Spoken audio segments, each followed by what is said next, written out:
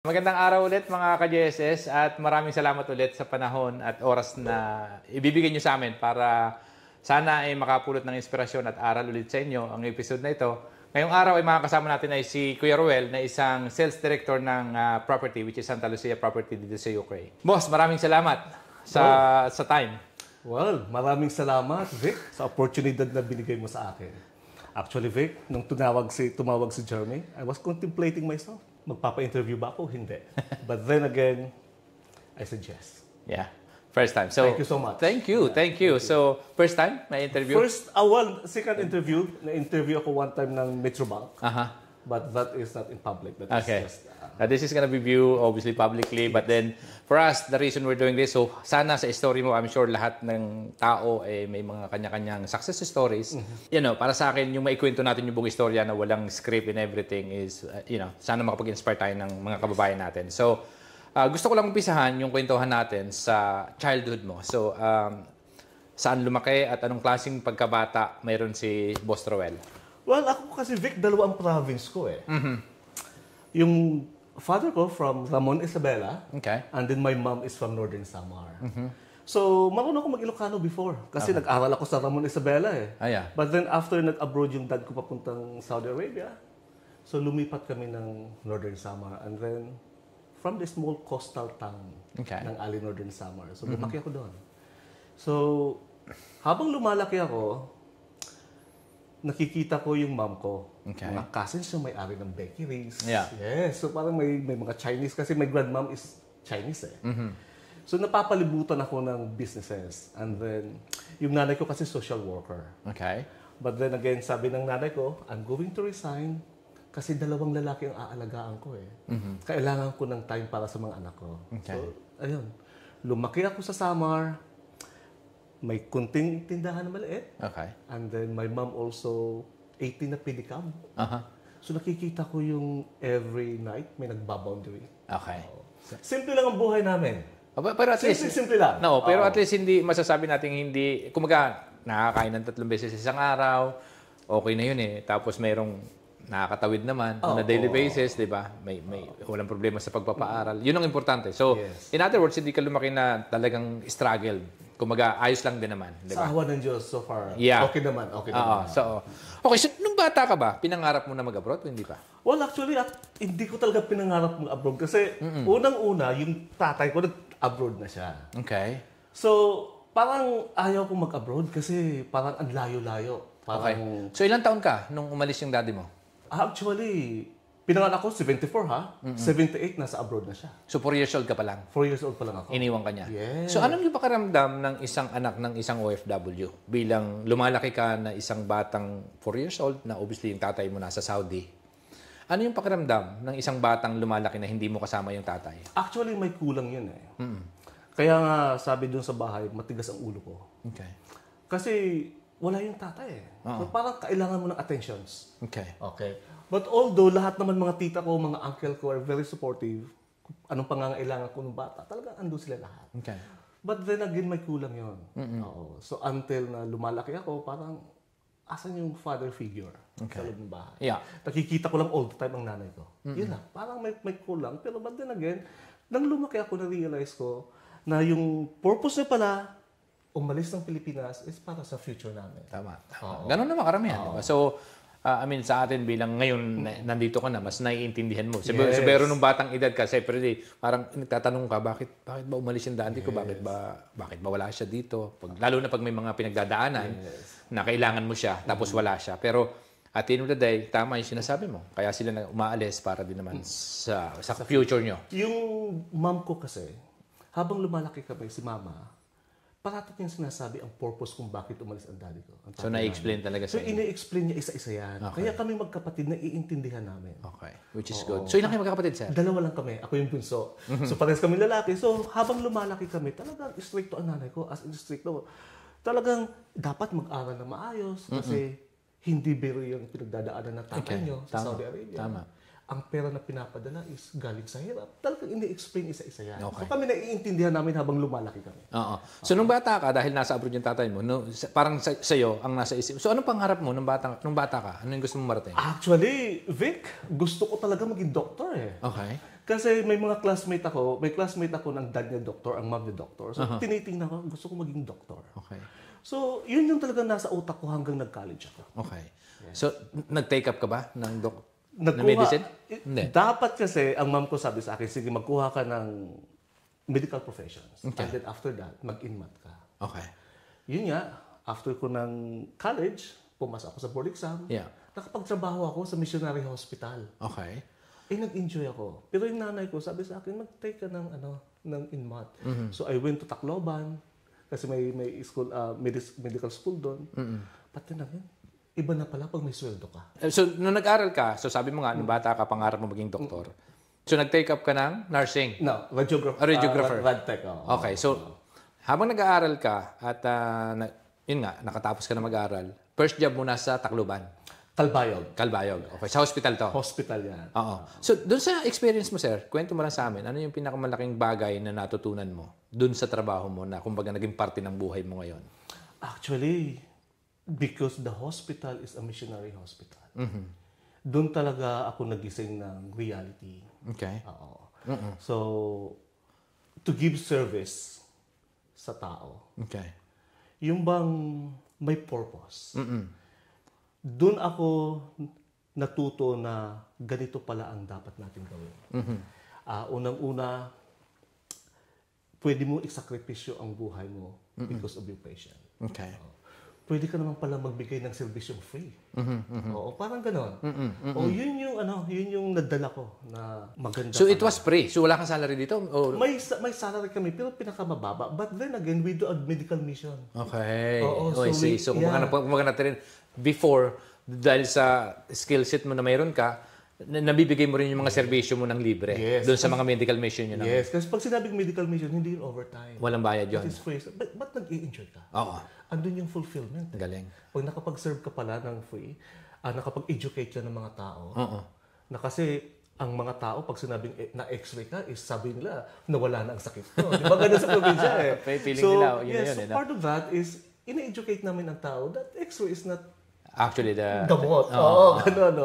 I see. So, pag naka-educate ka once a month, ganito ang mga tao, ganito ang mangyayari. So, napakaganda. Okay. Galing. So, doon nga, wala kang pangarap mag-abroad after the first job. How long ka nagtrabaho dito? Gano'ng katagal? Dito sa ospital? Hospital. Yung pinagtrabaho mo na to. Ito yung first job mo, Yung diba? first job ko, 5 years. And then, kami yung mga pioneering ng hospital. Oo. And then, I managed the department. I'm the head of the department. Yeah. So after that, nauso yung papuntang London. Okay. So most of the nurses, pumunta ng London. Okay. Nainggit ako ngayon. Nainggit ako ngayon. So no, yung bata ka na ayaw mo mag-abroad, Oo. pero sabi mo baka may opportunity ngayon. Parang dati, di ba, siyempre naiwan ka ng tatay mo. Yes. Na parang ayaw kong mag-abroad. Pero ngayon, nagbago yung isip mo. Nagbago ang isip ko kasi lahat mga close friend kong nurses, kasi nasa dormitory kami ng hospital. Nag-aalisan na lahat. Lahat nag-aalisan. Parang sabi ko, my God, parang maiiwan ako. Okay. Dapat hindi ako pwedeng maiwan. Oo. So, nakisabay ka na lang. nakisabay ako. But then again, the rejection are there. Okay. Pagpunta ko ng Manila, kada agency na pinupuntahan is rejected ako because I'm not a graduate from De La Salle University. Kasi ang tinatanggap nila ng mga radtech is graduate lang ng La Salle. From St. Jude ako. Wow. So that is the lowest point Dati of to, my that life. was 2000? Year That 2000. is 2001.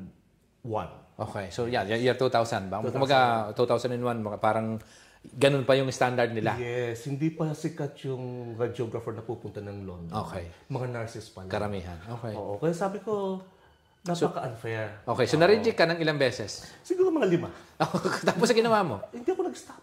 Okay. So, nasa Manila ka na nito?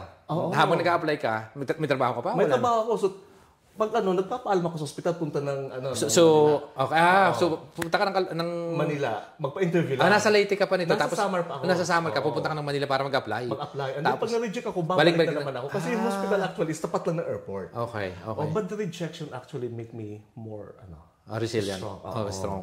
So sabi ko, hindi ako dapat pwede mag-stop. Okay. And then, nung pang-5 na, sabi ko, this is bad. Binata ka pa nito, di ba? Binata pa ako. Okay, sige. So, Sabi ko, this is bad. So I need to talk to my parents. okay. So sabi ko, Mapa, pwede ba ako mag-tour papuntang UK as a tourist? Aha. Sabi naman tatay ko, okay. if that's what you like, sige. Okay. Punta ka na So si Daddy nakabalik na sa Pilipinas from Yes, Saudi. retired na siya noon. Nag-retired na siya. So, Okay. nag-retire siya is nasa third year high school na ako. Okay. So yung trabaho mo sa ospital, so ibig sabihin yun na yung first job mo na nagtagal ka ng 3 years? 5 years. 5 years. Tapos after nun, abroad na agad yung opportunity? Abroad na ako. Doon sa 5 years experience, ano yung pinakamalupit na, pinaka masasabi mong, bakit pa ako nagtrabaho? Iba parang tipong, ayoko na nga. Wala namang gano'n. Actually, Vic, because I really enjoy my job. Okay, so walang challenges na dumating? Walang challenges. And also, yung mga boss namin, mga Italians, Okay. nag-i-enjoy ako eh. Okay. Yung mga doctors, mga bata pa, wala kaming ginawa for the last 5 years kundi magtawanan. After the job, sa hospital, lalakad lang kami, dormitory, mag-iinuman. Okay. So wala talagang wala So parang na-enjoy mo rin yung... Na-enjoy ko po talaga. Ang galing. Na-enjoy ko po Okay. talaga. That's good. So, ikaw, bilang bata ba, bago ka nakapagtrabaho sa ospital, ano yung mga naging trabaho mo pa? Bago ka naging, yung trabaho na masasabi mong regular na? Nung bata pa ako elementary, Yeah. may gumagawa ng Maha Blanca, kapitbahay namin. Yeah. So sumasama ako sa kaibigan ko, naglalako kami. Okay. Oo. So, yan, naging yung parang business, pera yan eh. Okay. Hawak mo ang pera. And apart from that, dahil nga may sari-sari store ang nanay ko, at may comics. So, yung comics kasi nire-rentahan overnight. Oo. Totoo, di ba, ng araw? So, pag hindi na isauli na may-ari, May penalty. Ikaw yung pupunta nung kukunin mo. Ah, okay. Oo. Tapos, yung mga comics na yan, every weekend, dapat irarap ko yan. Kasi pupunta ng isla yan. Okay. Oo. So, ako magrarap niya kasi kukunin niya ng tao para dalhin sa isla. Okay. Apart from that, halimbawa, kada gabi yan, nakikita ko rin yung mga pedicab driver nag-boundary. Oo. So, nakikita ko yung flow ng money. Oo. Yung tatay ko naman, nung nasa high school na ako, may tinuruan siyang gumawa ng ice cream. Okay. At naging business din namin yung ice cream. Okay. So, nakikita ko naman yung sakripisyo ng gumagawa ng ice cream na 3 o'clock early in the morning. Grabe, no? Gising na at saka gumaganon-ganon. Yeah. Kasi wala namang mga machine that time. So, mano-mano ginagawa. So, nakita ko yun. So, sabi ko, ang hirap. Mahirap pala. Grabe. So, yun yung eye-opener sa akin na kailangan mag-aral ako. Oo. So, nung nag-college na ako, Vic, sa Manila, Sampalo kami nakatira ng brother ko. Grabe. And this is another business. Bigla na lang pumasok sa utak ko, nagsimba ako sa Quiapo. Pagdaan ko sa underpass, nakita ko yung mga DVD, yung mga pirate. Yeah. Pumasok sa utak ko, dadalhin ko sa summer to, magpaparenta ako. So yun yung naisip mo, side hustle to? Yes. So habang estudyante ako, kami ng brother ko, sabi ko, bro, grabe. bili tayo ng mga DVD. Dali natin sa summer, magparenta. Lumaki yun, Vic. Grabe. So isang portion ng aming tindahan, ginawa yung wall para mga DVD at kumikita. So nirerentahan din yun? Nilirentahan ng mga tao yun. Okay. Actually, ngayon yun, pag uwi ko sa Pilipinas, andun pa sa box eh. Yung mga DVD. Kaya nga, sabi ko, nakaka-touch pa. Oo, diba? Pero yun nga, sabi ko, that is a business. Doon nagmulat ang aking... So ilang taong ka nito? Nung nasubukan mong magbenta ng, obviously magparenta ng comics, magparenta ng DVD, tapos... Okay. Yung mga ano ko, yung sa comics ko, mga elementary yan. Oo. Okay. Mahablang ka, siguro nasa grade 4 ako niyan. Tapos yung college ka na itong DVD? Yung college, yung DVD na. Grabe. So, every month, nagpapadala kami ng brother ko ng DVD sa Philtranco. Grabe. Or BLTB.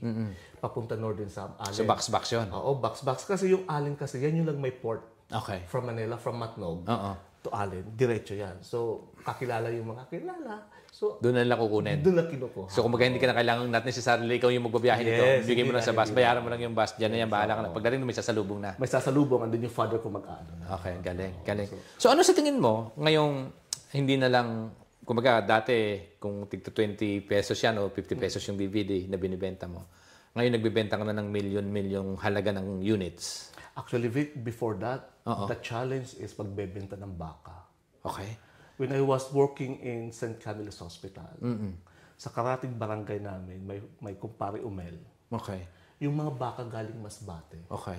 Dinadala doon kinakain. So, buhay. Tapos? So, sabi ko sa kumpare ko, mag-business ako ng kalbayog. Okay. So, anyway, sa kalbayog ako nagtatrabaho. Okay. Ginawa ko, first 5 kilos, sold out. Okay. Naging So, karne na to? Karne na yan. So, bibili mo ng mas maraming... Tapos i-resale mo? Papa-order muna ako. Okay. Papa-order muna ako sa isang barangay. Sinong gusto? Okay. Sinong gusto. Okay. May mga tao ako noon. So, yung mga taong yon, kukunin yung mga order. Tapos, pagka-Sunday, i-deliver namin yun. Lumaki yun, isang multi-cab. Pupuno ko yun. Until na umalis ako papunta dito sa UK. Grabe. Yes. So nagbenta ka ng DVD, nagparenta ka ng comics, tapos ngayon baka. Karning baka. Grabe yan. So sa murang edad, talagang para sa akin, natutunan mo yung pagbibenta. O somehow, pag nagbebenta ka raw, mayroon kang convincing power. Yes. 'Di ba? Ngayong nasa real estate o nasa property business na yung ginagawa mo at nagbebenta ka ng pinakamababa 3.7 million na unit. Hindi na to yung bakang 1 kilo na halagang 100 siguro, 'di ba? Yes. So, ano sa tingin mo ang naging tulong nung murang edad na natutunan mo yung pagbebenta nung Actually, Vic, to be honest, na-realize ko lang na may talent pala ako magbenta. Okay. When I started to join Vistaland. Okay. So this one is the property na already. Property na. Okay. So nagtatrabaho ka muna. Balikan lang natin ng konti. So yung transition, ikaw yung batang pangarap mo maging doktor, hindi ka nagdoktor at iba yung kinuhang kurso mo. Tapos bata ka, ayaw mo mag-abroad. Yes. Paano dumating yung opportunity sa'yo na makapag-abroad? Sabi mo nga, multiple attempts, 5 rejection. Kasi yung mga kasamahan mo nagpupunta ng UK, nag-apply na papunta ng London, tapos ikaw na-reject, naiwan ka. Kailan dumating yung opportunity, yung breakthrough mo na makapag-abroad ka? I asked my parents na supportahan ako. Okay. I'm going to UK as an okay. tourist. So question, sige, tuloy natin yun. So, umpisa natin kwento. So, pumunta ka ng UK as a tourist visa. So, anong year to?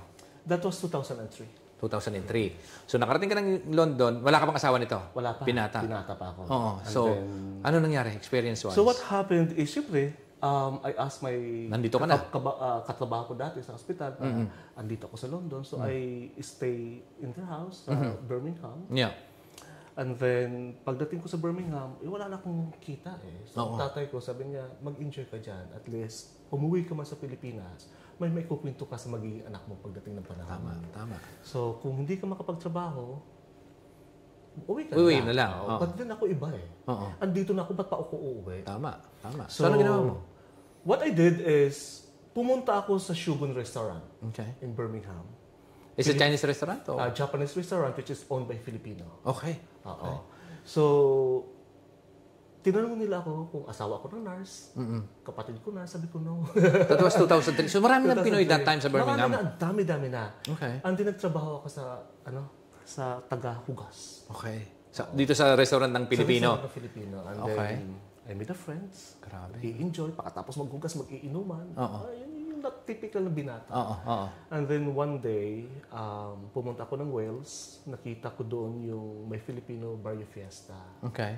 And then I met Jen Alcantara. Okay. And then yung may-ari ng Bison. So from there, after pinuntahan ko sa office nila.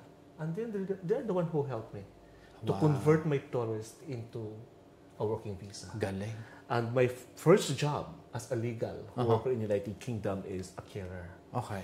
Which is doon ako sa Dover, Kent. Okay. And this is the hardest job sa buong buhay ko. Grabe yun. Ang hirap pala ng hindi ka sanay sa may mga mentally ill na mga... So mental illness yung napagdutihan mo? Napagdutihan namin na bigla ka nalang susuntukin sa likod. Grabe. Umiiyak ka talaga sa Grabe yun. Siyempre, nag-care ka sa kanila tapos... Ganun yung balik? Yung kabila, hindi mo alam, nasa likod mo. Susuntukin ka? Aanohin na yung likod. Talagang physical? Physical. So, which is parang sa kanila, wala yun. Kasi hindi naman intended yun eh. Yes, wala sila sa... Wala sila sa tuyong isip, tama. Pero ang hirap nun, Grabe. The risk na nagtatrabaho ka sa ganun is ang hirap. So, yung Vic is, naging... Mas mahirap pa sa maghugas ng plato yun, pakiramdam ko. Yes. So, ilang taong ka tumagal dito sa ganitong trabaho? Siguro mga 1 year lang. 1 year. So, nagkaroon ka ng papel, yun yung first job mo na legally, sabi mo nga, may papel ka na at may rights to work ka na dito sa England. Tapos yun yung naging trabaho mo 1 year. 1 year. So, yung pinakamahirap na dinanas mo doon na talaga namang naghubog, na-shape ka na kung ano ka ngayon. Ano yun sa tingin mo? Bukod sa pagiging, okay lang yan, bugbugin mo ako. Diba? Yung well is physical. Pangalawa yung hindi mo alam kung paano pakikisamahan itong mga client o yung mga service users. Yeah. Itong mga inaalagaan mo. Tapos uuwi ka ng napakalayo sa city yun eh. So uuwi kami ng gabi, ang lamig-lamig, parang bakit andito ako? So kailangan hindi ako mag-i-stop, kailangan makapasok ako balik sa aking profession as a rad tech. Grabe. So hindi ko kinaya yon isang taon. So I requested sa head office ng Barchester Company na kung po pwede i-transfer ako sa nursing home kasi hindi ko talaga kaya. Yeah. So which is, binigyan naman ako nila ng chance. Okay. Nilipat ako sa Norwich Okay. as a nursing home, which is mag-aanggan ang trabaho. Pero malayo na naman. Malayo na naman. Wala na naman panibagong kaibigan na naman. Bagong kaibigan, naghuhugas na ng puwet.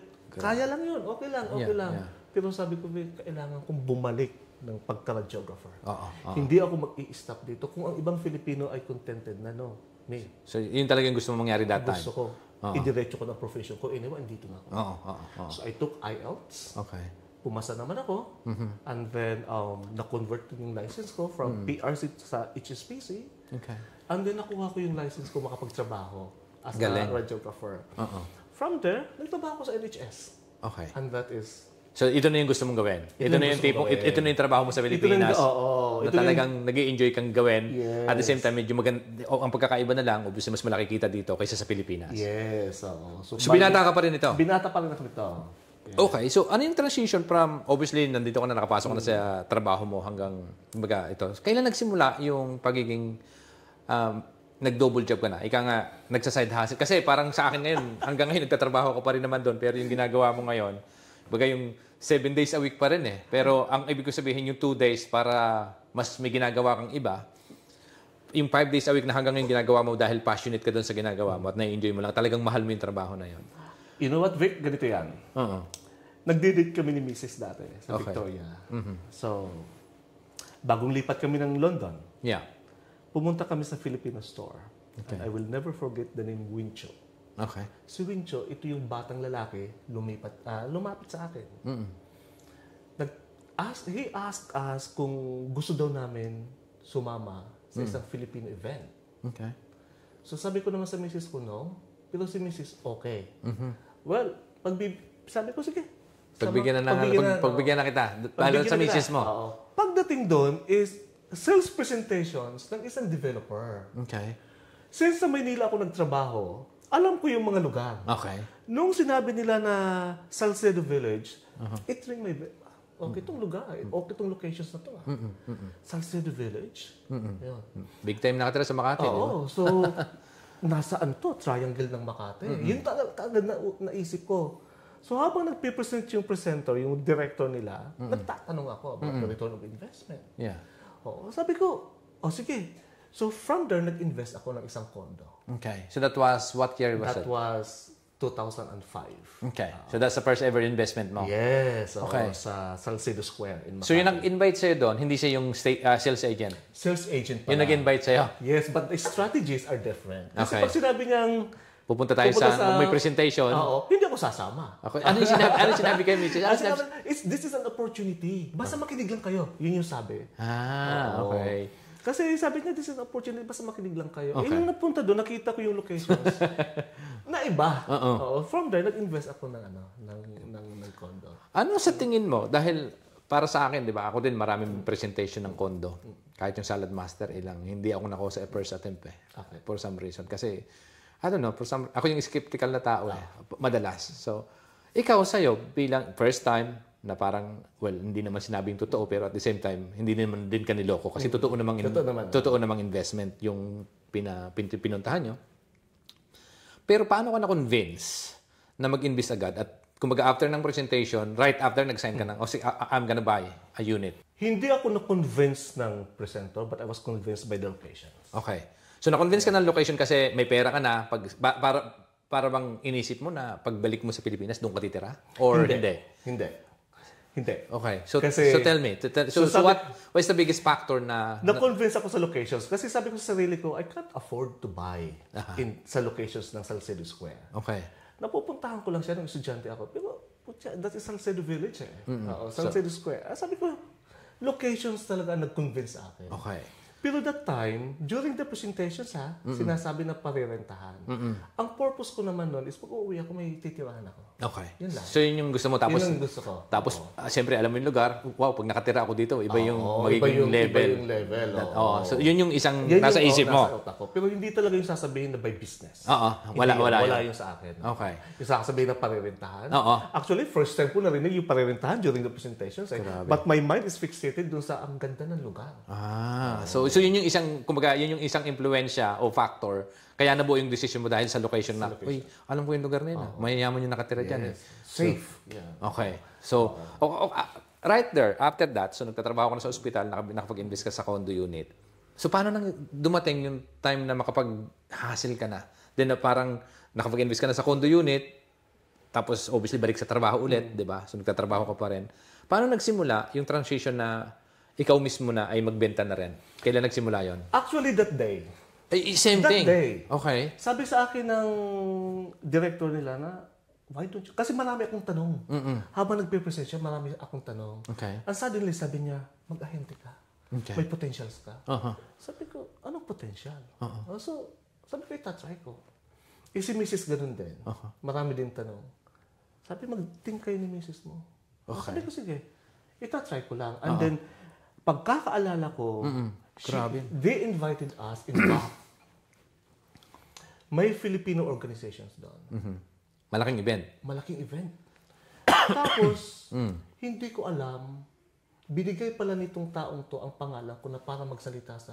Wow. So, another surprise. Sa stage. Which is wala ako, hindi ako ready. So, magsalita ka para na magpapatunay na bumili, na nag-invest ka? Na nag-invest ako sa kanila. Grabe, no? So, parang... Na-shock ka? Na-shock ako. Ano bang sasabihin ko? Kundi during dun sa na Parang, bigla na lang lumabas na, you know what, dapat we need to be very smart in terms sa ating mga income. Invest property. Ako is investors ako sa Makati.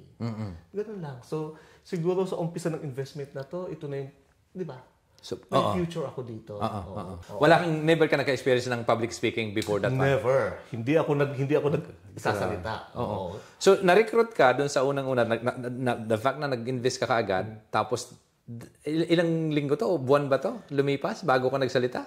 Siguro mga 3 weeks. 3 weeks later, in-invite ako nung nag-convince. Pero agent ka na, no? May nabenta ka na? Wala pa that time? Wala pa, pero nag-a-attend na ako. Ng seminars? Ng seminars. Para matutunan ka ko yung paano magbenta? Mga produkto pinitingnan ko. Okay. Pero yung sasabihin na magsasalita ako sa kliyente, wala pa yun? Wala. Okay. So yung first exposure ko talaga, yung tinawag ang pangalan ko. Grabe. Ilang tao to? Ang dami. Kasi that is, parang Barrio Fiesta? Hindi naman Barrio Fiesta, hindi? Hindi Barrio Fiesta, parang anniversary ng Filipino organizations. Okay. So, basta more than 50s? Ayun, nasa 100 kasi sa big event eh. Grabe. Nakagaw ang mga tao eh. Grabe.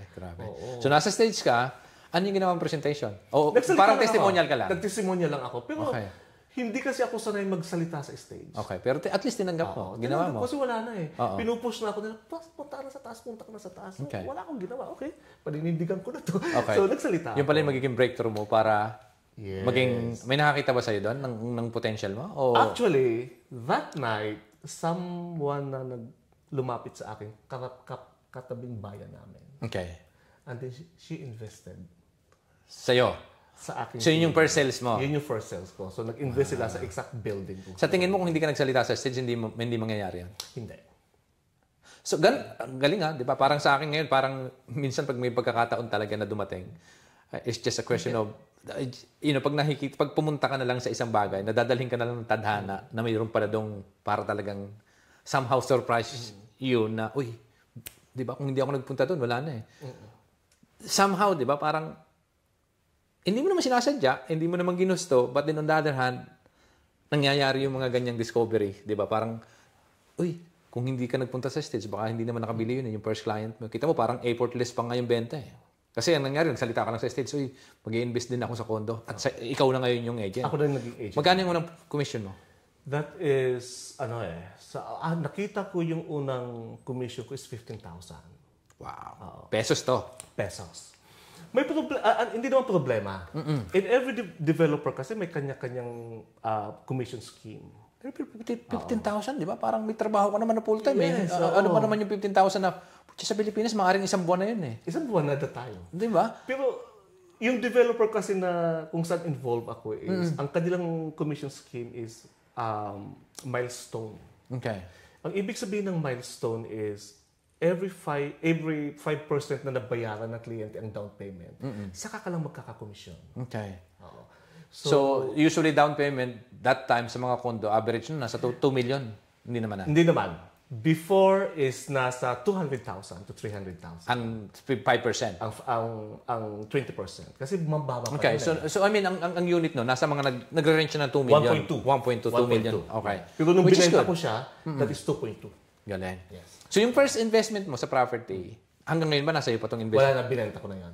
So binenta mo ilang years? After 4 years. So, nabili mo 2 years. Nabili ko pre-selling.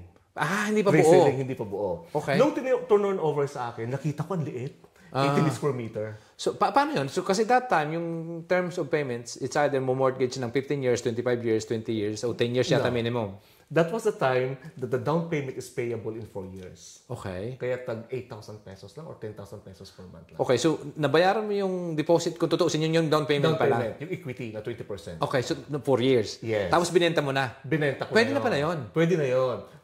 Ang sumalo nun is dapat kakilala mo. Oo, kakilala mo. So, siya yung magtutuloy. Siya ang magtutuloy. Siya pa rin nakapangalan yun? Hindi na? Hindi. Nung bininta niya, kasi cash yun na binigay sa akin. Okay. O kasi nag-base lang din ako sa capital appreciation.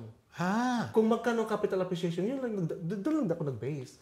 So sabi ko, para bilhin mo na sa akin, 2.2 na lang. Okay. Magandang location, sige, bibili ko sa'yo. So, binili niya 2.2, siya na yung magtutuloy sa bangko? Yes. Ang ginawa ko, binayad ko yung buong 1.2 million Okay. sa unit, para ma-fully paid yung unit. Para ma-fully paid, para may titulo, para itatransfer ko yung title sa kanya. Ganun yung pwedeng gawin. Yes. And then from there, Ang galing. may kita ako. So, kumita ka doon, tapos at the same time, kumumission ka doon, di ba? May commission ako. Kumumission ka ng unang benta mo, 15,000 ka mo, yung kinita mo doon na pesos, Yes. which is plus yung kinita. Yung Sa loob ng 4 years, magkano yun, if you don't mind? Yung 4 years, Doon nabenta mo na, di ba? nabenta is, Tapos binenta mo ulit. ano siya, nasa 800,000 yung kita ko. Grabe. 4 years. Yes. Wow. So, muntik mo nang maabot yung first million mo. Yung first million. Muntik-muntik na, di ba? Kasi 200 na lang yung kulang.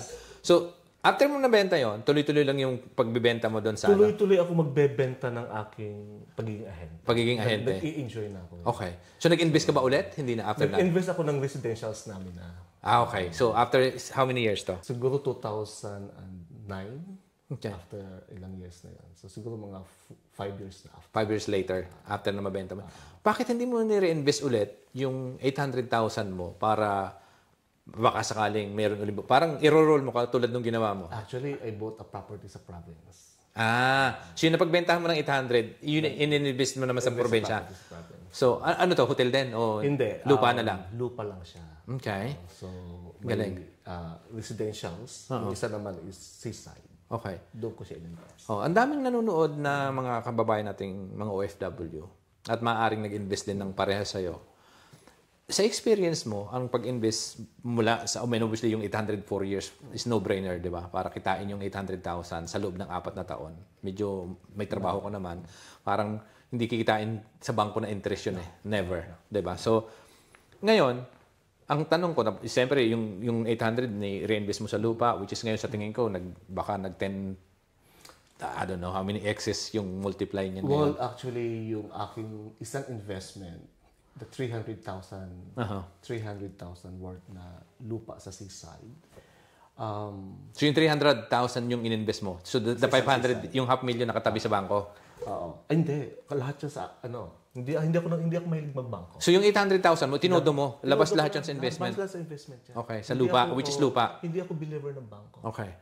So that's good. So, invest dito, invest dyan. Oo. So, ang ginawa ko, bumili ako ng seaside. So, Resort to. Plano mo. Plano. Oo. Yung seaside na yan is 300,000. But now is 1.8 million. Grabe. Kasi few meters away is may nagtayong pier. Okay. Galing. So, iba talaga. Nag-appreciate na kagad yun. nung may nagtayong pier, capital appreciations tumaas. Automatic yun, di ba? Automatic siya. Kaya nga sabi ko, kung alam lang ng mga tao na ang sikreto pagyaman is nasa property. At saka parang, ikaw, ano yung sa paniniwala mo ngayon na definitely hindi ka natalo sa ngayon? Puro panalo, lahat. Win-win lagi.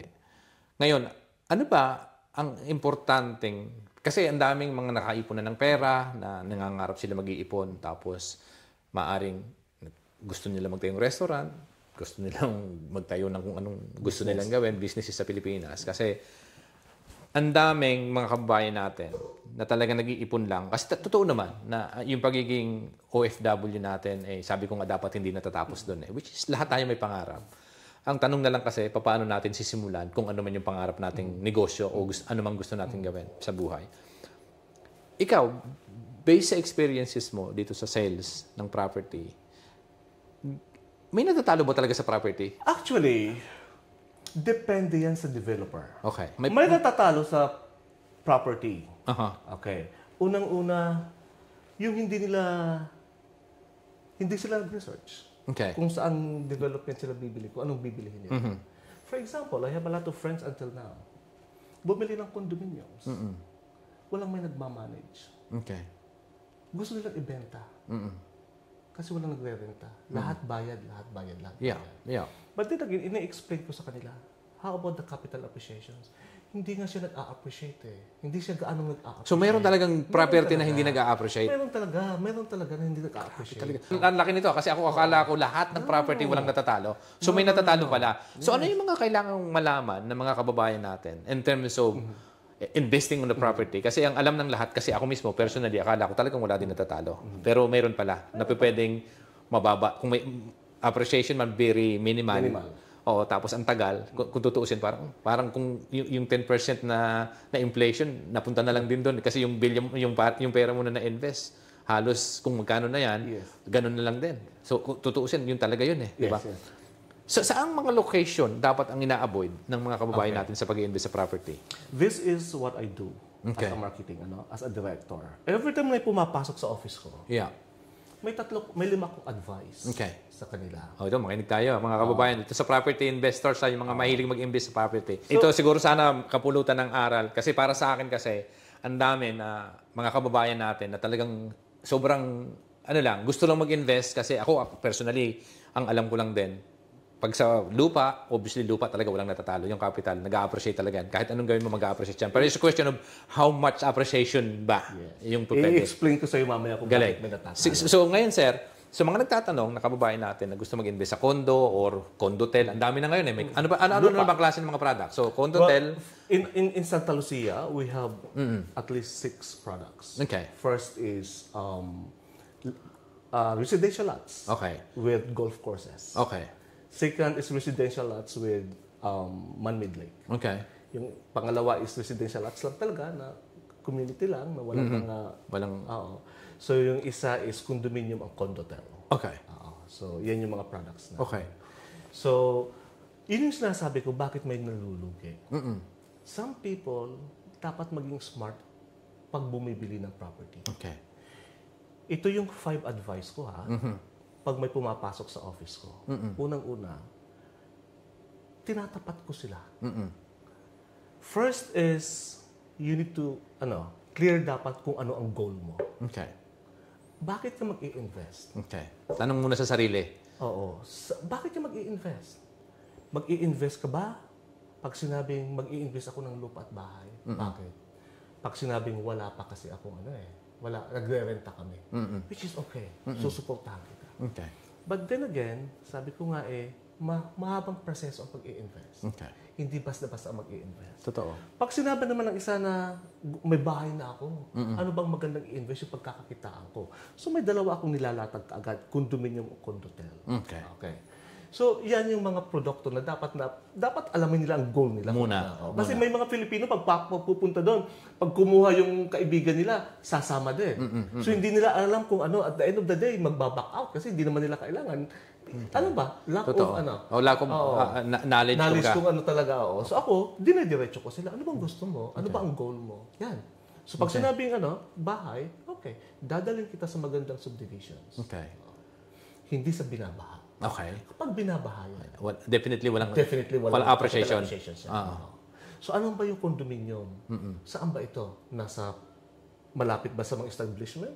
Kasi pag malapit sa establishment, definitely pataas ang capital appreciations niya. Okay. Is it sinasabi namin is high density or low density? Okay. Pag sinabing high density, sa isang floor napakarami kayo. Okay. So parang 100 units sa isang floor. Okay. Ano kayo? Crowded. Okay. So the capital appreciation is mababa doon. Okay. So yun yung mga may chance matalo. Oo, yun hindi gaano tumataas yun. Yeah, mabagal. Tumataas man, mabagal. Yes, ibenta mo man yan. Mahirap. Mahirap ibenta kasi syempre aagawa ko yung sa elevator. So yun yung isang kailangan nilang avoid. Yes. So anong tawag doon, sir? Doon sa ganong itsura ng kasi may mga high and low density okay, ang mga buildings. Okay, so may kung sa tingin mo sobrang dami ng unit sa isang floor, that's one thing to avoid. That's one thing to avoid. Okay, regardless of binabaho o hindi. Yes. And then the quality ng life ni Jet is hindi maganda. Tama. So residential to Condominium yan. Condominium unit, okay. Yes. Even sa subdivision. Okay. Kung crowded kayo, okay. Dikit-dikit ang bahay nyo is, di ba? Oo. So, ang capital appreciation din yan, hindi mabagal. Okay. Pangalawa is, do your job. Okay. Kahit na in-explain ko sa kanya kung sino si Santa Lucia, pinakita ko na sa kanya that this is our projects, 300 plus Luzon, Visayas, Mindanao. Yeah. Categorized kami as a national developer, but still you need to do your job. Research. Kung sino yung pag-iimbisa nyo? Yes. Kung sino man yan? Yes. Okay. Internet is open book right now. Okay. The quality, the locations ng mga project, andyan lahat sa internet. Okay. You need to do your job. May responsibility ka as a buyer. Okay. As an investor, para aralin mo muna kung sino yung mga yan. Yes. Hindi ako yung typical na sales director na pag sinabi, pagpasok, bili ka ng ganito, ganyan. No. Para wala tayong sisihan pagdating ng panahon. Tama. Do your job too. Okay. To the research. Ang purpose ko is i-guide kayo sa magandang locations, magandang projects. Na talagang sigurado. Kumbaga, ikaw, mas pinipili mo ng, di bali nang huwag kang bumili sa akin. Ang gusto ko, bumili ka sa akin, pero talagang sasabihin mo sa akin, Roel, after 13 years, sulit tong nabili ko dahil sa'yo salamat. Yes. Yan yung gusto mong mangyari. Yan yung gusto ko. Okay. Ang galing. Isa ko yun. Pangatlo is, ito yung sinasabi natin na you need to spend within your means. Kung ano lang ang kaya mo. Oo. Kung ang kaibigan mo nag-invest ng 25,000 pesos per month, which is different job, ikaw ay medyo mababa ang job na ang income mo, so huwag kang gagaya. Mag-invest ka doon sa tama sa kaya mo. Huwag mong i-stretch ang iyong income. And that is the reason why, sa office ko, tinatapat ko sila. Na talagang dapat tama yung mag-invest, hindi ka magiging... Kasi minsan parang iniisip nila, pag nag-invest sila, total investment namin, tutodo na natin yan. Pero yung pala, magiging problema lang, after 6 months, kulang na yung may pera. At Wala the end na pala, of the day, hindi ka na makapaghulog. Hindi ko continue, kawawa sila. Tama. Which is, that's the one is, I want to avoid those situations. Kasi kawawa yung tao. So, inaano ko. Minsan nga, pinapadraw ng line ko Okay, magkano ba ang bayad mo pinapadala mo sa kapatid mo nag-aaral? Magkano ba ang sustento mo sa nanay mo? Magkano ba para ang bahay ma-qualify dito? talaga. Para ma-qualify. Ate, hindi ka naman pa pwede sa 25,000, mahihirapan ka. Pwede kitang dalhin dito sa Pampanga. This is a golf course residential. Not hindi siya condominium, but this is only 10,000 pesos. Which is equivalent ito sa 130 pounds. Kung mag-i-Starbucks ka, dalawang Starbucks mo araw-araw, which is 10 pounds, this is 300 pounds a month. So ito is only 130 pounds. Galing. So dapat ganon. So dapat ini-explain mo din educate muna the client before you actually convince to invest. Yes. Kapag naintindihan na nila. Yes. So pag naintindihan na nila yon, dapat ipaintindi mo rin yung sinasabi namin na long-term investment, na capital appreciations. Yeah. Most of the Filipino investors kasi, Yeah. they don't think about the capital appreciations. They don't know that. Sa akin, pag nag-present ako every Sunday, I have to mention about the capital appreciations. In my presentations, mayroon ako niyan per year, kung ilang percent yan. Ang itataas niya. Ang tinataas niya. We get that percentage based dun sa aming company. Galing. Kasi iba din naman yung aming project sa ibang developer. Yeah. So ayan, inaano ko, sabi ko nga sa kanila, dapat malaman mo ang capital appreciations. Kasi pag nalaman mo ang capital appreciations, that's the time that you appreciate your investment. Okay. Tama. Yeah. Galing nun. Ang galing nun. So ano pa? So tatlo yung mga kailangan avoid. Dalawa na lang. Apat na. Ang lima naman is dapat is Galing. disciplined ka financially. Okay. Ibig sabihin ng discipline financially is you set aside sa income mo sa investment. Okay, tama. Dapat talaga. My advice here in London is napaka-effective. Okay. Sasabihin ko sabi ko nga sa kanila, if you want to invest, kung isa ka lang dito sa London, save 10 pounds per day. Okay. 30 days, may 300 pounds ka. Okay. When you convert the 300 pounds into peso, that is 23,000 pesos. Yeah, something like that. And that is more than enough to invest lot, which is 10,000 pesos. Okay.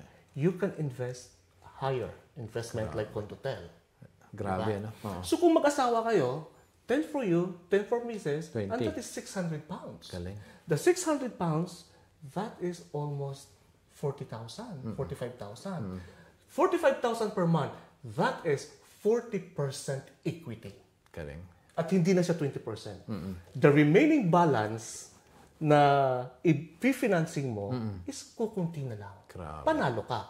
The good things with Santa Lucia, all our products here, the down payment is zero interest. Okay. And you can pay more than 20% because we give chances sa aming mga investors to give more than 20% kasi zero interest. Okay, okay. So in other words, kung ang assuming 10 million yung value ng condo. Okay. Okay, The 20% ng 10 million. Is 200 ba?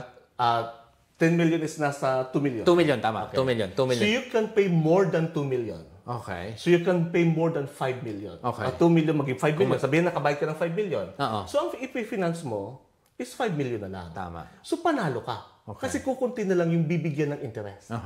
Unlike kung 2 million ka lang talaga, so may 8 million ka pa, malaki yun. Babayaran mo. Oo, ng monthly. yun yung magkaka-interest. Okay. Na 8 million, ang laki yun. Oo. Kaya kami dito, no wonder, dito sa Santa Lucia, ang mga investors namin bumabalik. May mga investors kami na may 8 condotel. Okay, okay. Yes. Doon sa condotel ba, boss? Tanong ko lang, yung mga nag-invest sa condotel, ano ba yung magiging advantage nila pag sa condotel? Ano ba yung mga tamang kliyente ninyo para dito?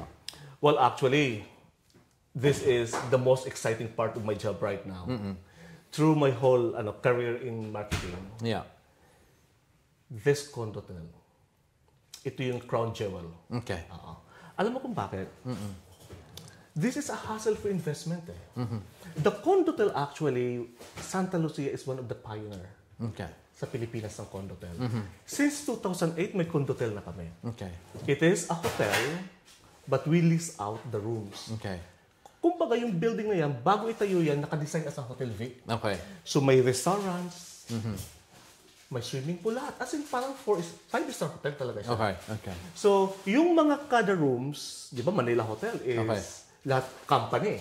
So dito naman sa Condotel, Share kayo. Yung mga kwarto na yan is individually owned by the investors. Investors. So. Yes. Okay. Pero, iminamanage ng Santa Lucia yan. Sila yung management, kumbaga investor lang yung bibili. Yes. Yung So, may kami mga ang kabili ng magpapatakbo. unit, kayo na nagpapatakbo. Kami ang magpapatakbo. So definitely may potential na income. Yes. Monthly. The income is not monthly. Kasi Okay. syempre, mahal-mahal din yung mga auditor natin, mga accountants. Okay. So, Most of the condotel in the Philippines, the dividend is every year. okay. But Santa Lucia, ginawa namin every 3 months. Okay. So ang dividends natin is every 3 months para makatulong kami dun sa mga investors namin. Okay. So Kasi- kung nagbabayad ka, let's say monthly authorization mo is 20,000. 20,000 For 10 pesos. years, yeah. Okay. So tapos ngayon, every 3 months, magkakano on average, magkakano yung nababalik? Well, depende. Okay. Depende sa mga Location. projects namin. Okay. The Baguio is walang bumababa ng 70,000 In 3 months. in 3 months. So parang kung tutuusin, may 10,000 ka na na profit dun sa 6,000 na investment mo eh. Yes. The way I look at it, so kunyari, nag-invest ako nagbabayad ako ng 20,000 on a monthly basis, Yes. 20,000 pesos. Kung bumabalik sa akin every 3 months, mayroon ako 70,000. May 10,000. May 10,000 ako every 3 months Yes. na profit. Samantalang yung capital, hindi naman nawawala. Hindi mawala. And besides that is only from the dividend, Vic. Okay. How about the complementary nights? Okay. Kasi if you invest in a condotel, may benefits ka Na marirentahan pa yung na unit. complementary nights. Yung complementary nights, because hotel polling kasi ang Santa Lucia, Vic. Kahit walang nakapasok sa unit mo, at sa iba may nakapasok, at the end of every 3 months, Iba pa equally yun? share tayo. Equally share. So walang lugi. Okay. Hindi gaya ng condominium, pag wala nakarenta dyan, wala kang kita. Totoo. Yes. Dito sa condotel, 3 months, hindi napasukan ng guest ang kwarto mo. Ang kaibigan mo is napasukan almost every day. Hindi po pwedeng malaki sa kanya. Equally shared tayo per square meter. So that's actually labas pa yun dun sa 70,000 na dividendo? Yan ang sa dividend. Yun yung sa dividend. Doon na kinukuha yun? Yun na yung dividend? Yes. Okay. Pero yung sinasabi ko naman yung benefits, yung 30 nights, pag hindi ka uuwi sa Pilipinas, benta mo yun. Sa inyo din? Sila na magbebenta yung may-ari. Okay. So ang ginagawa lang nila, binebenta nila sa mga Filipinong uuwi ng Pilipinas. Gusto mo mag-stay sa condotel namin? Sa hotel. Ito yung 30 days mo. Ito yung rate. Ito yung rate. So halimbawa, si Ate Lilia, may 8 siyang condotel, which is mayroon siyang complimentary nights at 210. Okay. So per night, nagbebenta lang siya ng 35 pounds. Okay. So mababa yun. Mababa. Oo. So sa mga rate na iba. Sa mga rate sa Pilipinas, which is the hotel right now is 4,000 to 5,000 in hotel. Tama. Natin. Mababa yun. Kaya by October, ubus na lahat yung 210 niya. Grabe. Sa 35 pounds yung per night i-convert mo yun, Vic. Galing. That is 7,500 pounds. 7,500 pounds Ilang converted into peso, and that is 500,000. And that's 8 a year. Units. That's 8 units. So magkano monthly ng 8 units? Yung month, bayad na niya lahat yun eh. Ang galing. Yes. Di ba?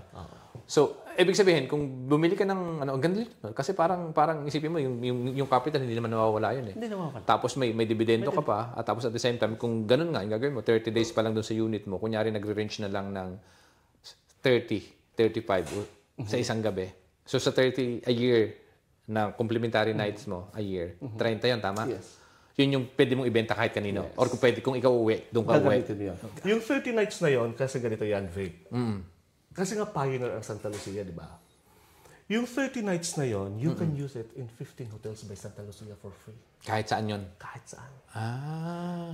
Kaya, pag minarket mo yung complimentary nights mo... So, kunyari, taga Manila ako, pupunta ako ng Baguio. Yes. May hotel kami sa Baguio. 8,000 per night. Okay. So, pag gusto mo pumunta ng Palawan, you can stay in Palawan. Swap yun. Halimbawa, 30 nights. For example, nag-invest ka sa Tagaytay. Okay. In Tagaytay, you can stay in Tagaytay for the 30 nights. Okay. Pero pag lalabas ka ng Tagaytay, we give only limit for 3 nights. Okay.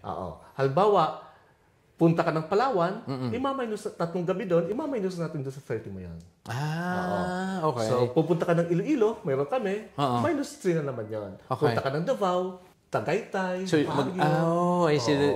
It works really perfectly well for Yes. Ang galing, Kayo lang gumagawa niyan? Well, kami lang. Kasi kami lang naman yung may 15 hotels sa condotel sa buong Pilipinas. Kasi pioneer nga sa Tunisia. Galing. Ang galing ng konsepto nun. Actually, amazing. Actually, that is designed, Vic, for the OFW. Ang galing nun, Nakita kasi namin, pag may condominium, may mga hassle pa eh. Oo. So, siyempre, pag ang family mo, nag-migrate na sa US o UK, sino magmamanage dun sa Parang yung sa akin yun, actually may condo ako, which is ngayon, kaya ako nagkaroon ng condo dahil binili ko yun para sa studio namin. Kumpara sa mag-rent, okay din naman. But din ngayon, walang nagre-renta dahil wala na yung office, wala rin kita. Masaklap pa dyan pag hindi mo pinasok sa property management yan. Oo nga. Siyempre, magpiperwisyo tayo ng oras sa mga kaibigan natin, mga kapamilya natin, bayaran yung bills. Yeah. Yes. Unlike sa condotel, yung mga bills natin sa tubig, kuryente, kinukuha natin yung sa income. Galing. Ng hotel. Kaya mga investors namin dito, Vic, sabihin ko sa'yo, they're not bother na wala akong pera, magbabayad ako ng mga bills ko. No, they don't think about it. Okay. Pati lahat ng bills? Yes. Kasi ano ba yung mga bills sa condo juice, electricity, internet, ang tax sa Pilipinas. Yeah. Marami yan. Marami yan automatic yun. Pag nagkaroon ka ng condo unit o any property, may tax na yan eh. May tax na yan. Kung saang lugar.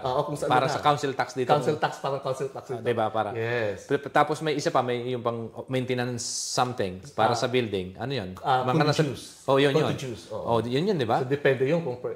Basta lahat ng bills is kukunin natin. Pag nasa condotel ka, mawawala lahat yun. Borado lahat yun. Wala kang babayaran kasi kukunin natin yung sa kita ng hotel. Ang ganda. Kaya napakaganda.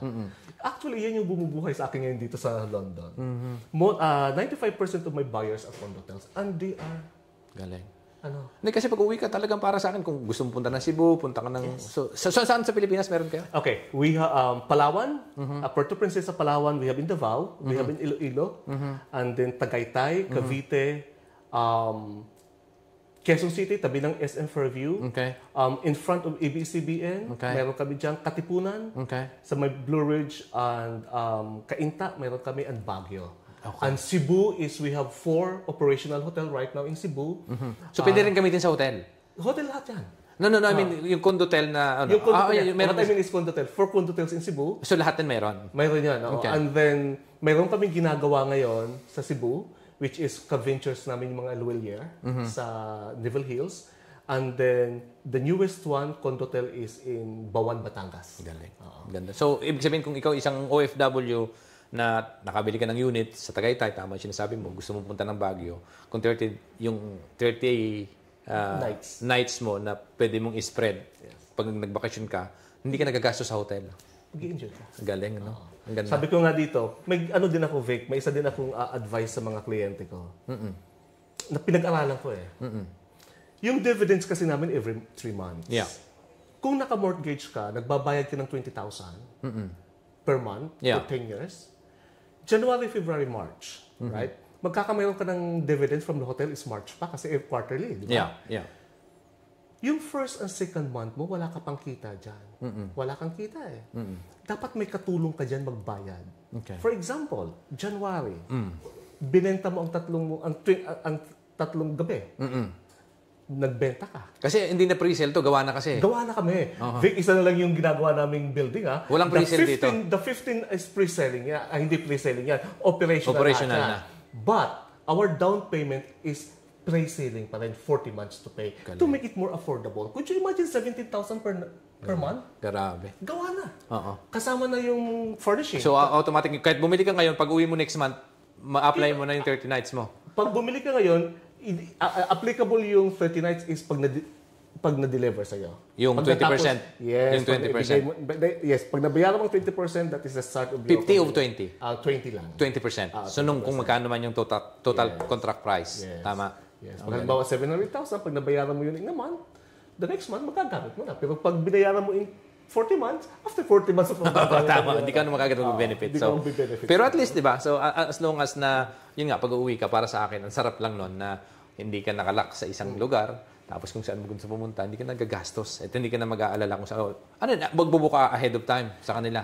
Mayroon kaming business office, Santa Lucia, which is dedicated lang talaga sa mga investors sa Condotel. Okay. So, doon dumidiretso ang mga emails. Okay. Mag-i-email ka. Mag-i-email ka na, uwi kami ng 3 months time, ganito pupuntahan ko. Yes. Even 2 weeks before, pwede ka mag-email. Ganun sila ka-efficient. Yes. 2 weeks na notice, kaya pa nilang gawa ng paraan yan. I have a story about that. Galing, grabe. I have a story about that, Vic. She's a single mother. Siya ang anak niya. Okay. But she invested in Santa Lucia 4 na Unit. na residentials. Okay. From Rizal, she invested in Davao. Okay. Okay. At dahil pwede niyang gamitin lahat ng aming mga condotel for free, one time yung anak niya kasama ang barkada, pumunta sa isang condotel sa Cavite. Pag ikaw kasi mag-check-in at galing sa business office, that is investors ang paper mo. Okay. Pag check-in ng anak mo doon, hindi naman alam na anak ko may investment ang nanay niya. Pagdating doon, kasama ang barkada, ay anak ka pala ng investor. Yung anak nagtanong, anong ibig sabihin nun? Sabi ng receptionist namin, that means your mom own a property in one of the hotel of Santa Lucia. Grabe. Narinig ng mga ano yun. Ng mga tao. Ng mga kaibigan ng bata. Sabi, ang tindi pa lang ng nanay mo. Pagbalik sa office, nangingiyak yung nanay. Sabi nga, well, grabe, lahat ng pagkukudkud ko sa kuberta, parang nawala lahat ang pagod ko. Grabe, di ba? Ganito pala ang feeling ng may investment. Especially the condotel. So first time, after how many years, first time niyang binisita last year ang kanyang unit sa Davao. Grabe. At proud na proud siya. Galing. So now, she is very active agent sa aming team. Galing. Galing nun. Sobra. Para sa akin yung pag-invest sa property, di ba? Parang talaga namang hindi... Pero tabi mo nga, may natatalo as long as avoid yung mga nabanggit mong 5 kanina. So, para sa akin, yun talaga. Panalo yung mag-invest, pero dapat alam mo kung saan lugar at ano yung... ano pa yung mga kailangang avoid kung mayroon man? Wala na? Apart from doon? Mga bahay, lugar? Kailangan mong, apart from mga locations, you have to avoid the overprice. Okay. Marami bang nagbebenta ngayon? Ang daming overprice. Okay. For example, Paano mo nalalaman na overprice? halimbawa, 30 square meter, 11 million. Okay. 8 million. Okay. Or sabihin na natin 24 square meter, 7 million. Asan yung room to appreciate pa? Wala na. Kami, 24 square meter, it's only 3.5 million, 3.7 million. Okay. There's still chance lumaki ang capital appreciation. Parang in your case, ang bilis, 4 na taon, kumita ka ng malaki, 800,000 eh. And doon sa mga, realistically, kapag nakabili, I was just kind of, yung sa amin, sabi ko nga, 15 years contract yata yung mortgage namin, nasa year 9 na yata, year 8 pa lang kami. Layo-layo pa. Layo-layo pa. Diba? Pero, the fact ngayon na hindi naman ginagamit, walang kita. Wala din namang silbi, kung tutuusin. Pero, at the end of the day, yun na lang. Yung appreciation, sana nag-appreciate din kung nag-appreciate. If it is in Makati, That it was in Quezon City. If it is opposite ng SM. Pero, if it is opposite establishment like SM, that is guaranteed the capital appreciation is good. okay. So, well, I'm just, that's the hope na lang sa ngayon. Pero gusto kong pa-Airbnb sana, eventually. Or, pwede bang ibenta to? If you have a buyer which is agree na hindi ka patakbayan sa paano pwede ba talagang ibenta ang isang unit? unit? Pwede ibenta. For example, kaibigan mo to. And na gusto bumiling... He trusts you. Yeah. You trust him and he trusts you. Yeah. Sige, may balance pa ako, 300,000 sa bank and that is another 4 years. Ganon, di ba? Okay. Ito ngayon, ang worth ngayon ng aking unit is nasa 7 million na. Pero binili mo lang siya ng Whatever 3 number. million. Maybe 3 million. 3 million. So, you need to sell your property based on the capital appreciations right now. Hindi mo po pwedeng isell yan doon sa price mo na nabili. No. No. Definitely, oo. So, dapat doon. Kasi parang may terms yata doon sa kontrata namin, kung hindi ako nagkakamali, mayroon niya, pero nalagpasan na yun. 5 years yata yun na, pag nabayaran mo ng buo ng 5 years, yung interest rate, fiction doon kung magkano man yung agreement. Para, I don't know, but... Sa ano yun, sa remaining balance? Yata. Sa banko yun. Oo. May mga, sa banko kasi pag nag-sign tayo ng kontrata, sometimes may mga fixed rates yan. So sa inyo ba sa Santa Lucia, in-house yung... No. Back We don't then? encourage in-house. Although kita sana ng Santa Lucia yan. But we don't encourage in-house because mas mataas. So may banko talaga? Mataas ang interest? Mataas ang interest. During the presentation, sinasabi ko sa kanila yan. Banko talaga? Yes. Kung kaya nga ako mahigpit Sa office ko, mahigpit ako May problema ba ang ating marital status? You need to tell me right away. Para, pag may problema, dadalhin kita sa in-house. Okay. Kasi that is one reason hindi kayo na-approve ng bank. Okay. May mga problema ba tayo sa mga loan na iniwan sa Pilipinas? Pag may bad records tayo, hindi rin tayo approve. Kasi parang dito lang din sa London, credit scoring. Automatic din. Yes. Sa Pilipinas ba, gano'n lang yun din? Gano'n na, yes. Hindi tayo papahuli. Gano'n tayo. Pag nakitaan kang may bad records, may problema. Hindi ka na rin makapag-invest. Pwede ka mag-invest, but hindi ka pwede makapag-loan. But then again, that is our responsibility na saluhin kayo. Okay. Para mabigyan kayo ng chance makapag-invest. Pero in-house na yan. In-house na. But pero mas medyo malaki ang interest. Malaki. I will tell them right away that the interest is 12%. Okay. Kaya mo ba? I-compute nyo ngayon, 5 years, 60,000, kaya mo?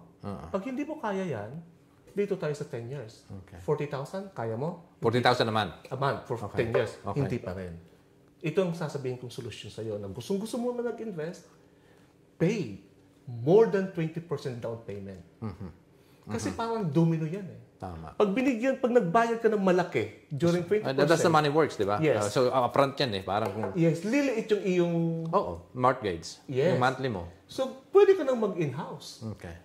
Kasi malaki. Galing. Oo. Actually, ang in-house namin is design lang yun sa mga hindi na-approve sa banko. But we encourage to do the bank. Okay. Kasi kami dito sa Santa Lucia, kami rin nagpa-process ng bank loans nila. Okay. Kaya kahit mga OFW na undocumented, they can invest and they can loan sa bangko kasi they don't need to go home eh. Tama. Kasi yung office na namin, Nandito na. So kayo na nagpapa-approve sa bangko? Yes. Hindi kasi usually naman pag bangko tapos nakita naman talaga na may income tapos may mga procedure yan, di ba? Policy. As long as nakita na may income naman talaga at talaga namang kayang-kaya naman bayaran, definitely ma-approve yan. Ano kasi Vic, may pagkakaiba din. Tayo kasi hindi kilala ng bangko. Santa Lucia kasi kilala ng bangko. Tama. If you apply for a bank loan, personal ka mag-a-apply, ang daming requirements. Totoo. Kailangan mo magbigay ka pa ng collateral. Samantalang kung kayo na kasi nag-screening kumbaga. Kayo na qualify ba yan si client? Kami, from the start of investment, na-qualify na namin. Kaya nga. So, pangalawa, yung collateral mo is automatic, yung unit mo. So, tama. Wala nang hassle. Galing. So, doon na lang. So, advice, maliban sa property, kung may mga nanonood na kababayan na pagod ng OFW, kasi lahat naman talaga hindi madali ang buhay bilang isang OFW. Kung mayroon kang tatlong advice na may bibigay sa ating mga kababayan, ano yung pwede mong ma-advise sa mga, bukod sa pag na-advise mo na business, di ba, sa property. So, ngayon, advice na in general, sa mga pagod ng OFW, ano yung pwede mong Well, be brave. Yun lang. Unang-una, huwag kayo magdadalawang isip in terms of investment. Especially sa property. Okay. Lakasan ng loob lang to eh. Pag wala kang lakas ng loob, ayan, wala kang mai-invest. Totoo. Ang pera, sasabihin ko sa inyo, pag nilagay nyo sa bangko, lugi ho kayo. But if you are brave enough to invest sa property na kumikita, nag-a-appreciate, walang talo. Galing. Isa lang kasi, ako kasi naniniwala ako eh. Ang lupa kasi hindi nanganganak, Vic. Ang tao nanganganak. Yeah. Habang dumarami ang tao sa mundo, lumiliit ang lupa. And that is the time tumataas ang value niyan. Habang andito kayo sa abroad, malakas pa kayo, start invest na. Okay. Ang pag-i-invest is not bukas, next month, do it now habang malakas ka. Marami kaming na-i-encounter dito na medyo may mga edad na. Yeah. This is, Vika, napaka-swerte ng henerasyon na ito. Alam mo kung bakit? May mga developer na pumupunta dito. Nag-a-advise how to invest. Okay. 60 years ago, ang matatanda natin dito, walang nag-a-advise sa kanila anong gagawin sa pera. Kaya, nasa tao na lang talaga. Galing. If they want to financially stable at the end of the day, do the investment. Galing. Invest in property. So doon naman sa mga pagkakataon na baka may OFW din na nanonood na gusto naman maging agent. Ano naman yung pagkakataon? Ano naman yung mga kailangan nyo? Kasi at the end of the day, maraming OFW na talaga naghahanap ng side hustle din. Yes. So ikaw bilang isang sales director dito sa UK o sa Europe, ano yung ma-advise mo naman na ako, kunyari, isang OFW na may 5 days a week job ako, pero Sunday at saka Sunday, imbis na mamasyal ako mag-isa, baka naman kumita pa ako. Ano yung pwede ko gawin? Actually, ganito yan. Our agents, lahat ng tao na Filipino is pwedeng mag-apply. Being an agent? An agent. Okay. Take this advantage na nasa labas tayo ng Pilipinas. Okay. Pag sa Pilipinas ka mag-agent at hindi ka lisensyado, hindi ka makakapag-agent. Okay. The advantage in Santa Lucia, because we are not a broker, okay, we are an extension of our office from Manila. Galing. So ang ginagamit namin license is the license ng Santa Lucia. Okay. What you need to do is... Kunyari dito sa'yo, nangangailangan pa ba kayo ng agent? Yes. Everybody are welcome. Punta kayo sa office. Ako, nagpapatraining ako online or dito sa office namin. Okay. So, paano? May qualification ba yan? Para maging agent ka? Ako hindi ako nag-ano ng qualifications Kasi naniniwala ako, Vic, sa talent. Okay. Okay. So, anyone could potentially... Anyone could be a potential good agent. Okay. Sasabihin ko sa'yo, Vic, Nars, hindi nakakapag-invite ng tao. Itong isa walang pinag-aralan, pero every Sunday, ang daming invite ng tao. That is a talent. Okay. Totoo. Diba? Ako, I don't qualify. Hindi ako kailangan professional. So, magkano naman ang potential pwedeng kitain ng isang agent? Well, this is it. Okay. In Santa Lucia kasi, our commission is monthly. Okay. This is the good things. Kasi sa iba nga, milestone. For example, Vic, nagbenta ka ngayon ng condo-tel na tag 3 million. Okay. Sabihin na lang natin, ngayong month, 3 yan, tag 3,000. May 9,000 ka. Okay. 9,000 pesos. Okay. Paano kung next month nakabenta ka na naman ng 3? So 9,000 pesos is parang 100 mahigit yan. Nasa 150. 150 pounds. No? Yes. Next month nakabenta ka ng 3, tag 3,000 again, papatong yan. Kasi ang down payment natin is 40 months eh. Okay. Okay. Nasa tao pag matyaga, masipag, every Sunday may benta, nagpapatong-patong. Galing. So no wonder mga kliyente ko ngayon, may kumukuha ng 60,000. May kumukuha nga ng 120. So tapos yung mga investor naging agent din, hindi? I always Encourage our investors to turn into our agents. Okay. Because that's more effective kasi may investment sila. Tama. At sila mismo sarili na nakakapagpatunay. Galing. Maraming opportunity, ano? So, kung baga sa akin, sipag na lang kung gusto mong... So, wala palang qualification. Wala. Parang maging estate agent. Hindi walang training na gagawin. So may training kami. Pag hindi nakakapunta sa office, for example, ang team ko sa Israel, may team ako sa Netherlands, Okay. sa Rome, Okay. I'll do online training. So, ititrain mo muna sila ititrain bago ko ka maging agent. Yes. So, yun yung... Walang bayad to. Walang bayad dyan. Paano binabasehan to? Per oras ba yan? O ilang linggo ka magte-training bago ka mag-qualify? Vic, hindi ako typical na kailangan mo maupo Aha. and then magsusulat magti-training, no. That's not my style. So enlightening how that actually works. Okay, Paano ganito yan. So, kunyari ako, gusto ko maging Mag-agent. mag-agent sa'yo. Paano? You need to listen my presentation first. Okay.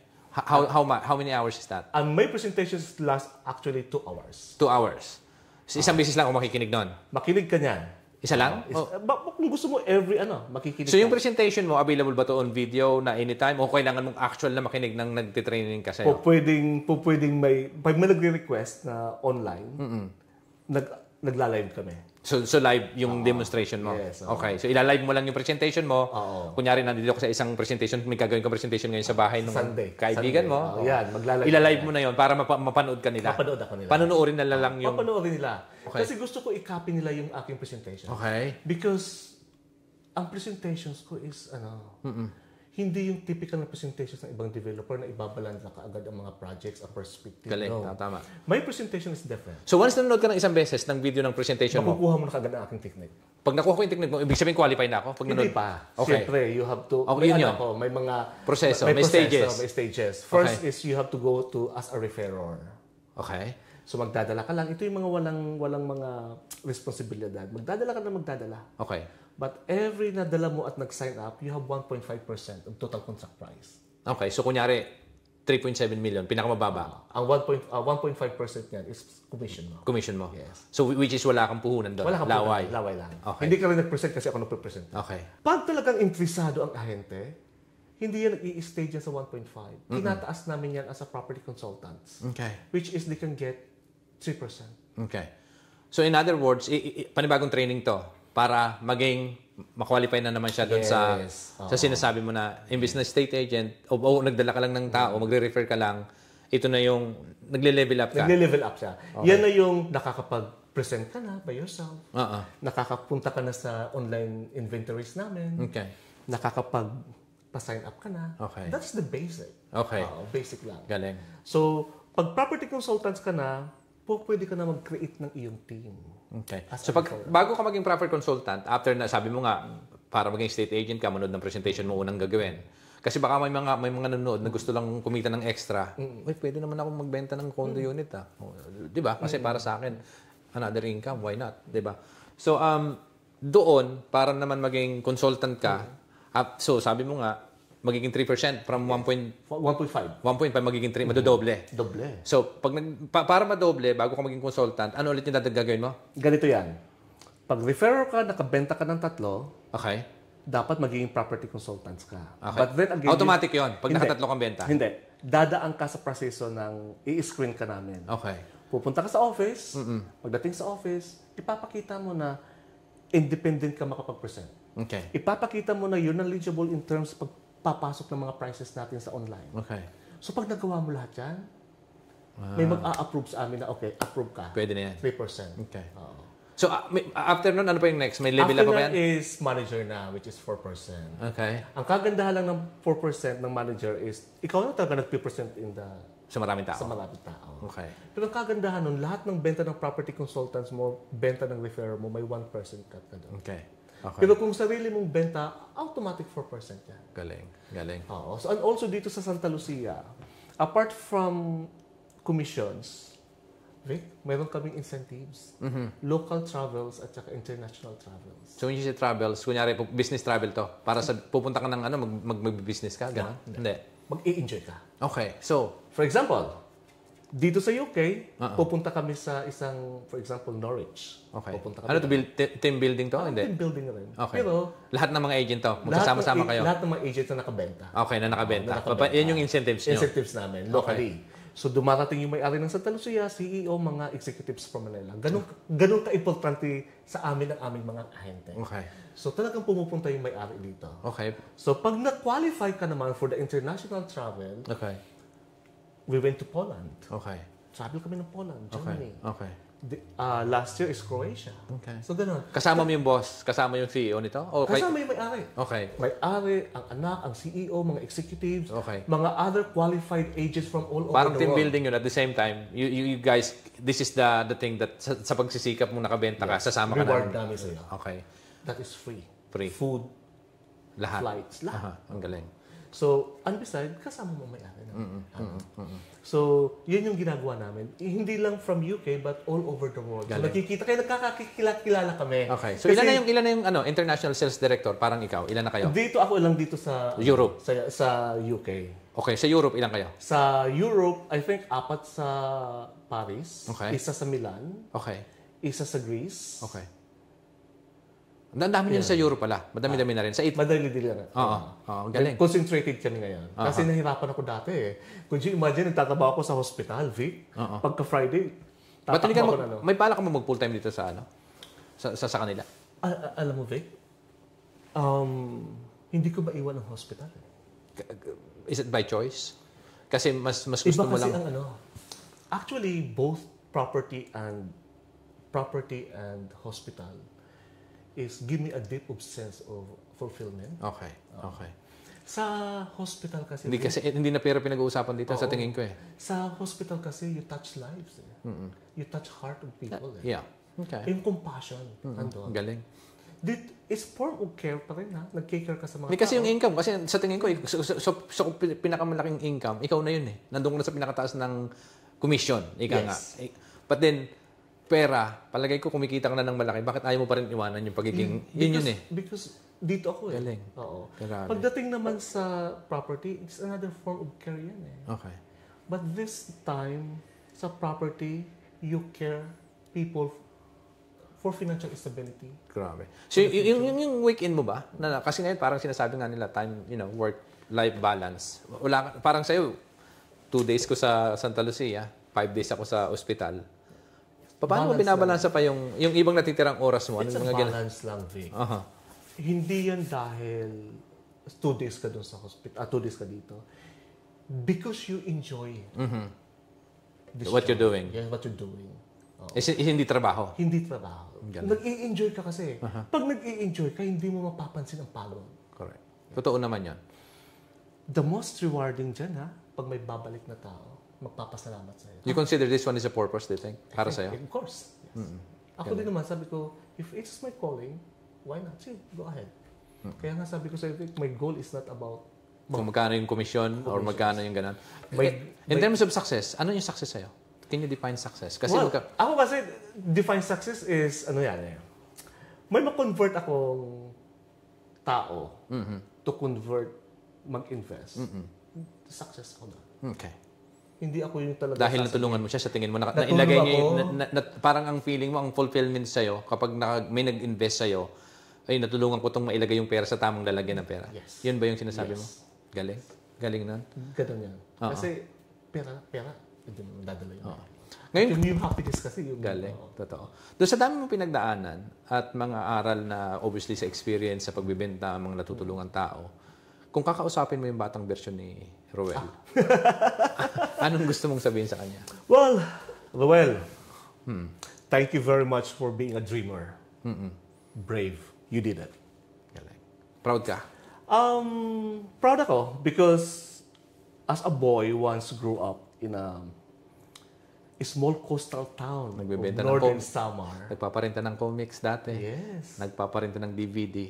Yung pang Ngayon nagbebenta ka ng 1 kilong baka ng magkano lang yung kita, barya-barya. Pero ngayon yung binibenta mo multi-millions unit, di ba, per unit. Parang ngayon, parang sa feeling mo ba, na-achieve mo na yung gusto mong gawin sa buhay? Or may, ano pa yung kulang? Kung ikaw tatanungin, ano pa yung gusto mong gawin? na-achieve in terms sa... I mean, obviously, in the next 10 years' time, obviously, baka, business-wise, baka may iba kang plano. Actually, ano pa yung mga gusto mong gawin sa buhay? because I'm in line with this profession sa property Vic, Aha. I started already to develop my own. Okay. So in Mindanao, I started to develop my own resort. Okay. But the pipeline is already there. Okay. So pag natapos ang resort ko, maybe in 2 years' time, mag-i-start naman ako ng boutique hotel. Okay. So I already talked... So when you say, you have the land, you I just... already had the land. And then you just built the actual structure. That's all structure lang. So I already... I had already... So yun yung mga pangarap mo ngayon na gusto mong gawin in the next 10 years, magagawa actually, yan? may mga programs, yes. So actually, nag-start na ako to meet people to invest in this boutique hotel. Galing. So I already presented presentations na ako sa kanila in 2 years' time if you want to join. But this is not Filipinos. They are my friends. So Galing. Italian and then British Pakistan. Galing. Galing. So, well, good luck for that one, sir. Thank you so I much. mean, obviously, I'm sure you will gonna get that kung ano man yung minimiti mo. So, kung nandun na tayo sa dulo ng ating oras at may meeting ka pa, alam ko sobrang busy mo rin, sir. So, malapit na tayo matapos. So, ganito na lang. So, may mga gusto mag-invest sa property. Ito yung chance para ibigay mo yung details saan kayo makukontak, paano ka mahahanap. Okay. So thank you very much, Vic, ha? Pagbigay mo sa atin ng time na ito. Well, Santa Lucia, may office ho kami dito. Sa Els Court, malapit sa High Street, Kensington. Yeah. Napakaganda ng office namin. The office there is for 15 years na. So, please visit us. Okay. We will guide you all the way. Okay. So, may website ba para masilip o number? May website kami, www.santalucia.com. Yun lang yan. So, so makakalink na sa UK. May link na doon papunta sa UK Papunta office. na sa UK. Makikita nyo. May dalawa yan. santaluciamarketing.com tsaka santalucialand.com. Okay. So, Santa Lucia Marketing is makikita mo doon. Andun yung address ng London. At So, saka telephone. may link na doon makikita na. Doon, yeah. Galing. So, salamat. Maraming salamat Maraming sa oras. salamat sa time, Vic. Sorry. Medyo... Naiintindihan ko po at maraming salamat sa oras din. Alam kong sobrang busy niyo at na-appreciate namin yun. So, sana doon sa mga mag-i-invest sa property na makakapanood ng video na to, sana nakapulot silang aral at sana, di ba? Sabi ko nga, lahat ng ginagawa natin dito, wala namang ibang goal kung hindi makapag-inspire. At sana may matutunan din, lalo na yung mga gusto mag-invest sa property, sana nakapulot sila ng aral. So, salamat, sir. Thank you.